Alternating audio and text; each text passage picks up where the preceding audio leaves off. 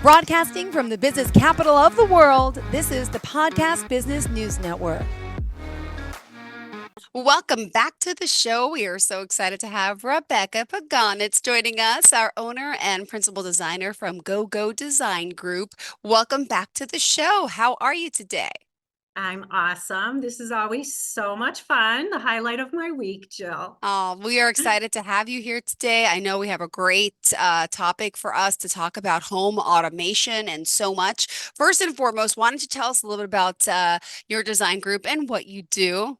Sure. So we are interior designers who specialize in residential interior design that nourishes the souls of the people who live in their homes. We work all over throughout the Chicagoland area and beyond. And basically, our mission is to impact and transform one life at a time. Yeah. Beautiful. And how can we contact you? My website is gogodesigngroup.com, and feel free to give me a call, 847-337-0526. Beautiful. I know we also have Yamala Singer, the owner and vice president of Sound Living, a home automation firm, joining us as well. And Yeah. she's here to say hello. Hi, everybody. Hi, Yarm. So the mission of this show is to really educate the audience and in a fun way. And so, of course, people may have noticed we're tackling one topic at a time. And today we are talking about home automation and what it's all about.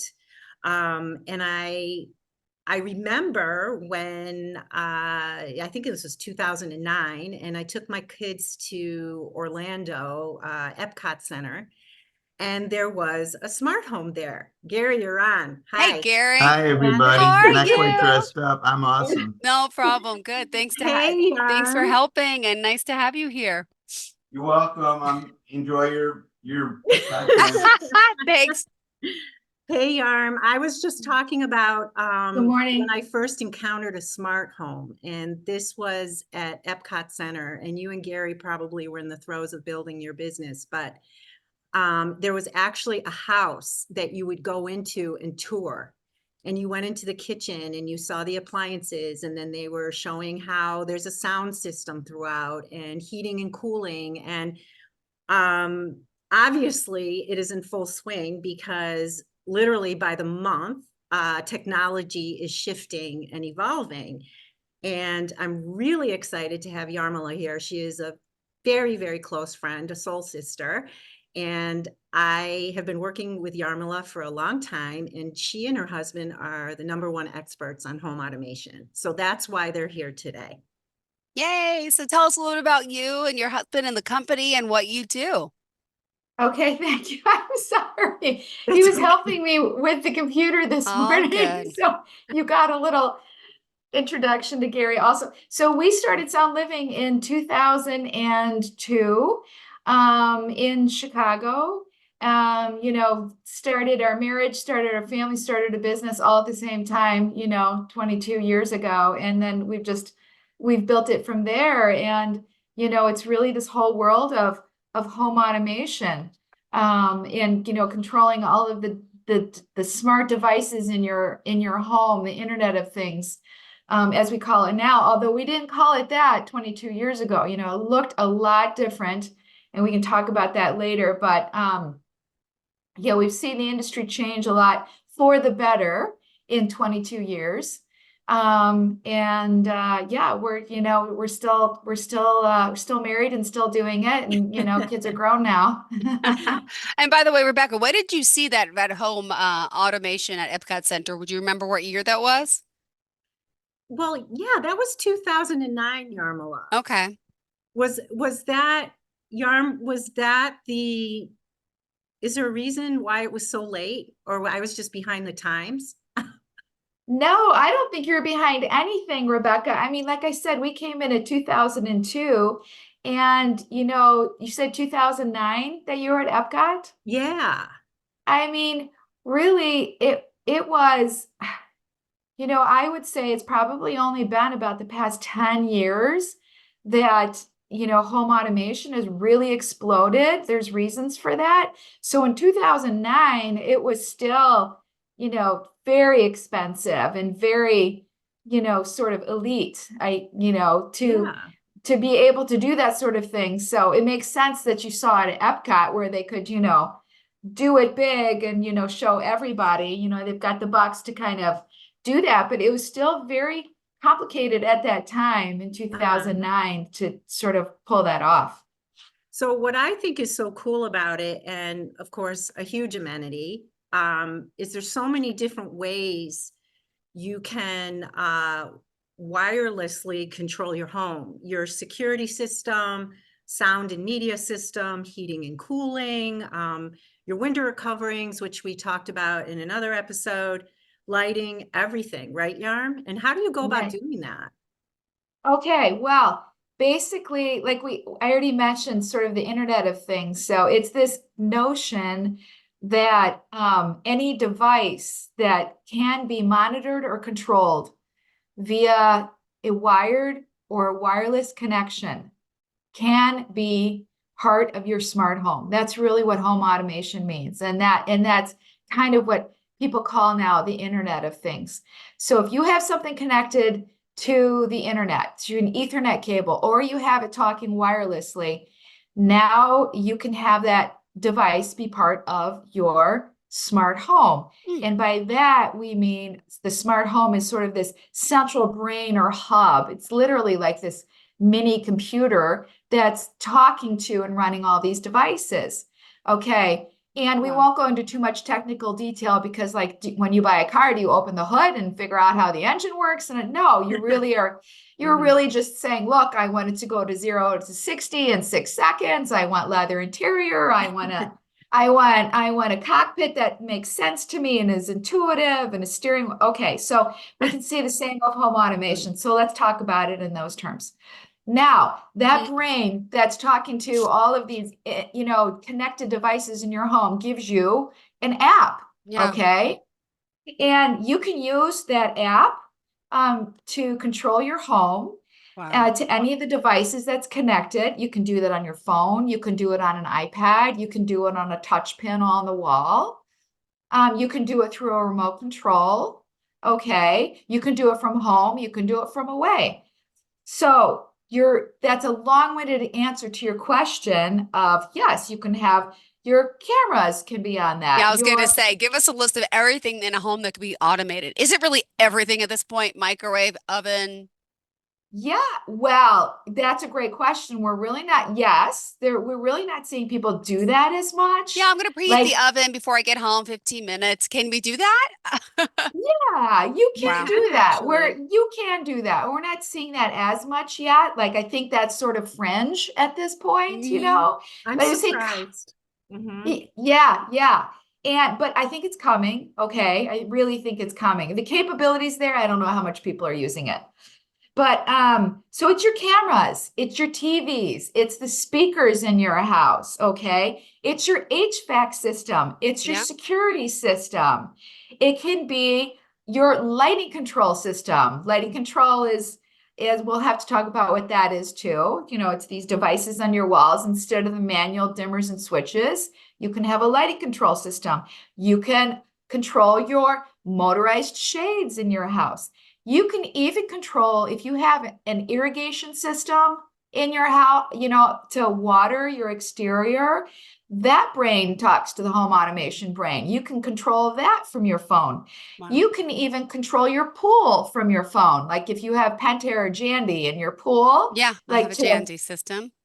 Yeah. Okay, great. Well, then you can connect that to your system and control that on your phone. Look, I want to turn on my pool jets right now and get that going. I want to adjust the heat on my pool.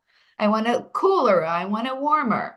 That can all be on it. So really, it's just so cool. And the whole goal of this is to simplify your life, simplify your house, and improve the aesthetics at the same time. So this was really born back in the days when you had 5 remote controls sitting in front of your TV and you're like, what the heck? Which one am I supposed to use? And in what order? power this, power, like, I don't know what I'm supposed to do. There's a remote control for the TV. There was a remote control for your DVR. Do you remember those? Yeah. There was a remote control for the Apple TV. There was a remote control, for the receiver in the room if you had, speakers surround. So it just got all confusing. And so the industry said, look, if we can get that down to like one remote control that acts as the brain in this room, then that makes it easier for everybody. And then from there, it really expanded to all the devices we just discussed. Got it. Rebecca? Wow. Yes. This is awesome. Let me ask now, how automated is your home? I'm assuming it's probably fully automated. If this is your business, is this something you pride yourself in? When we walk into your house, can I clap? The lights come on and the shades can go up and down. Is that true? Or are you too busy working on everyone else's homes? So it does cost a lot. I'll let Yarm speak to cost. No, I live in a condo that was built in 2006. Okay. For me, turning on YouTube and a crackling fireplace is my idea I of love that. home automation. I love it.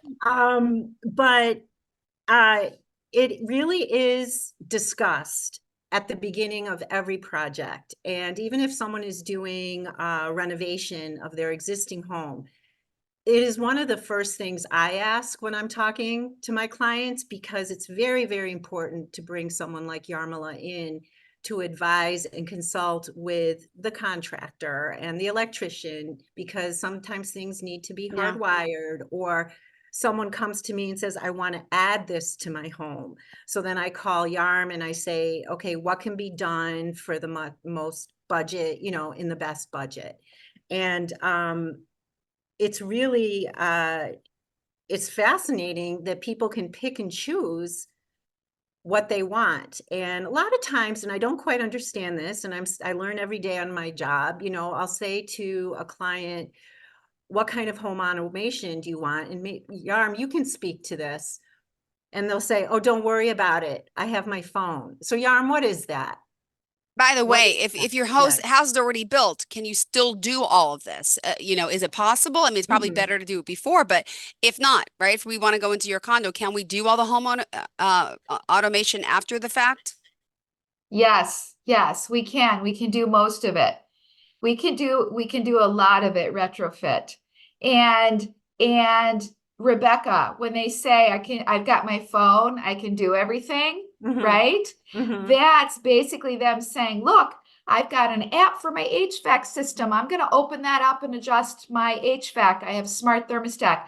Oh, I have a smart garage control opener. I can open up my app and do that. Oh, I have an app for my Ring camera. I can open it up and do that. So there's apps for everything. And a lot of that is like the DIY market, right? But so there's people who don't mind opening 6-7 apps a day to control their DIY devices in their house. And then there's other people who say, you know what, that's just too much. I want this umbrella system. I want to go to one place to control everything in my house. Yeah. So how does that work? Because I know we always discuss where your Lutron system is going to go, and there's, different systems, but I know that you're a huge, huge fan of Lutron, and that's what you always offer your clients. Can you talk about that component? Like you said, it's this little computer that you tuck away that controls everything. Yes. I'm sorry. Tell me what the question is again. I'm sorry if I wasn't clear.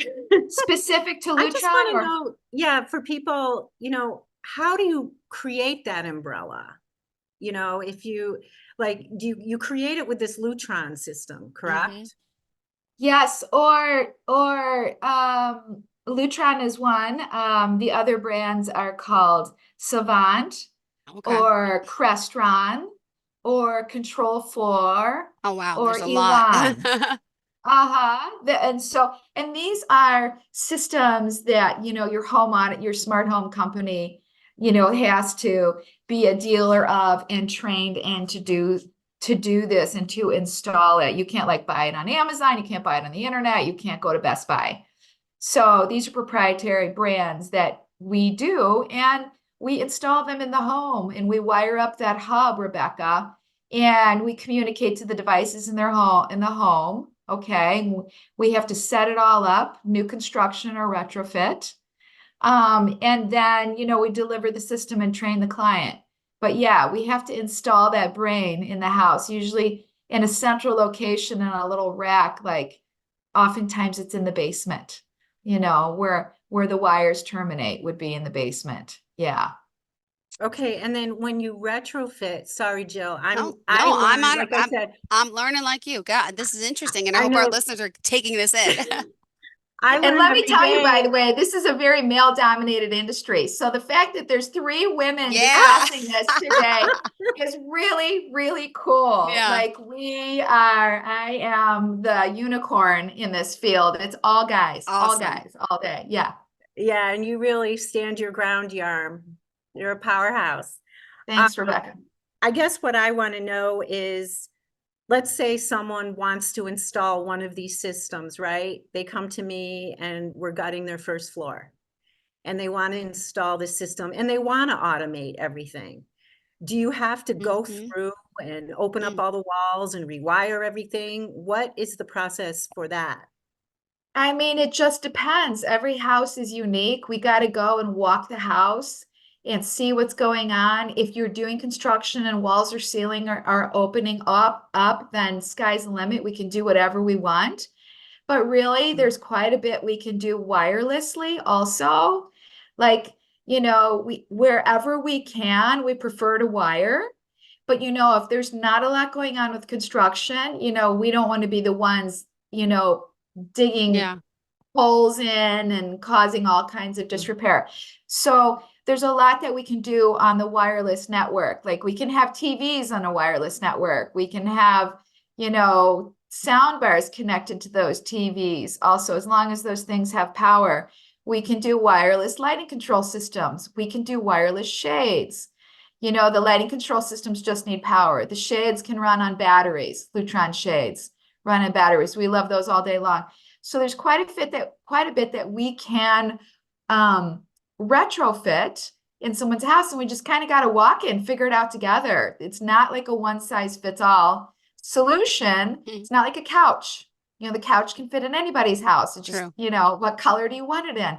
This is so custom. It's so custom, It's getting your nails painted a different color each time. Love it. That's what I do, actually. Yes. Um, Okay, so now the next thing I want to point out that is the most important aspect to all of this that we haven't even discussed is that the backbone of all of this is the data network in the home, the wired and wireless data network. So now in this day and age, with all of the Internet of Things and these devices, and everyone's on Wi-Fi on their laptop, and everyone is on a cell phone, hanging out, TikToking, whatever, the bandwidth in your house is the most critical element for everything that you do. Your TVs, your laptops, your phones, and most importantly, your smart home system. So like I said, things can be wired or they can be wireless. So now in my area, 1 gig is pretty standard to be delivered now via Comcast. I just signed up a client. It's a new construction home. We're doing the project in 2 weeks. I have Comcast coming out next week. 1 gig is standard. 1 gigabits per second is standard. Okay. That's major. It's huge. It's great bandwidth. So in order to be able to access that, you need to have a strong, solid data network in your house. These data networks that we're putting in people's homes are basically at this point almost commercial grade. I mean, again, this isn't stuff you're buying at Best Buy. You're not getting it from Amazon. These are products that are accessible to smart home integrators, and that we are trained and we install, and they really are basically almost commercial grade at this point, but they're going in people's homes. So people's homes are wired up now like little businesses. That's so okay. amazing. Yeah. For all of the everythings to happen smoothly so that you're not waiting and there's not a jag and there's not a stall and a delay and like, oh, I'm buffering, You don't want to be buffering when you're watching TV. You don't want to be buffering when you open up your smart home app and you want to, move the shades or turn on the lights or turn on your TV. So Everything is like backbone, immediate gratification. Yeah, our whole world. clearly. Our Mhm. whole world.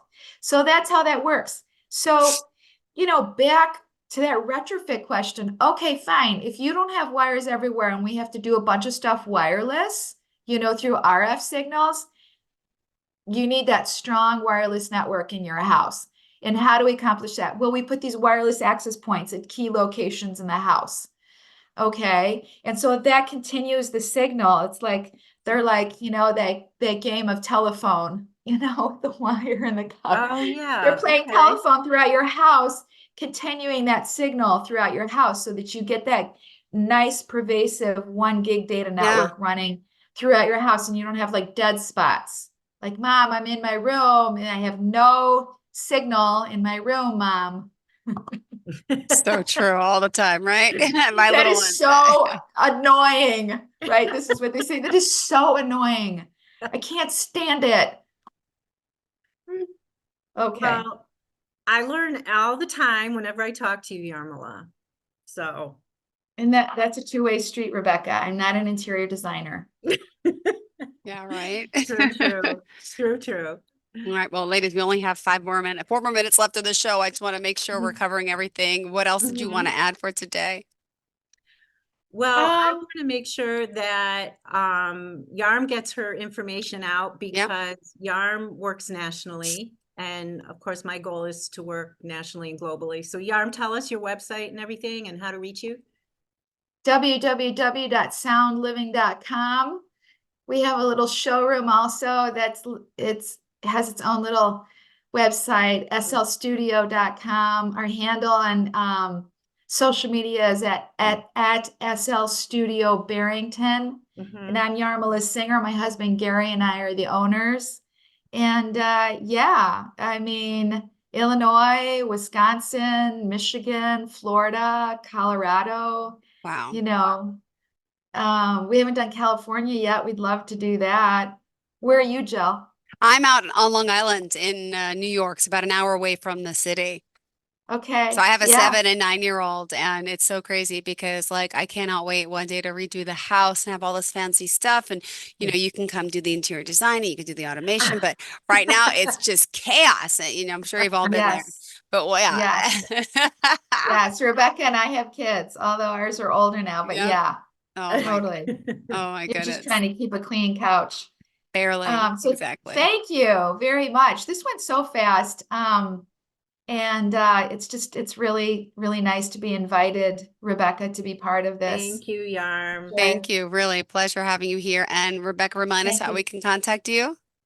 Yes, 847-337-0526, gogodesigngroup.com.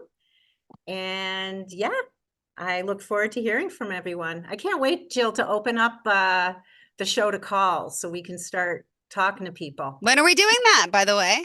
I don't know. I'd like to do it soon, though. You tell me. All right, let me know. Let me know. All right, thank you. We'll open up the phone lines then next week, okay? Remind me. Thank you so much. And pleasure having you here as well. And looking forward to the next time. Thanks again, ladies. Okay, thank you. Thank you, Jill. Bye-bye. Are you looking for even more of the podcasts and hosts that you love? The Podcast Business News Network is proud to announce that you now have even more ways to listen live. Check out the MyTuner Radio, online radio box, and Simple Radio apps on iOS and Android, or find us online. Search for Business News Network on mytuner-radio.com, or search Podcast Business News Network on streama.com and onlineradiobox.com/US. Take your podcast on the go and don't miss a minute of the action.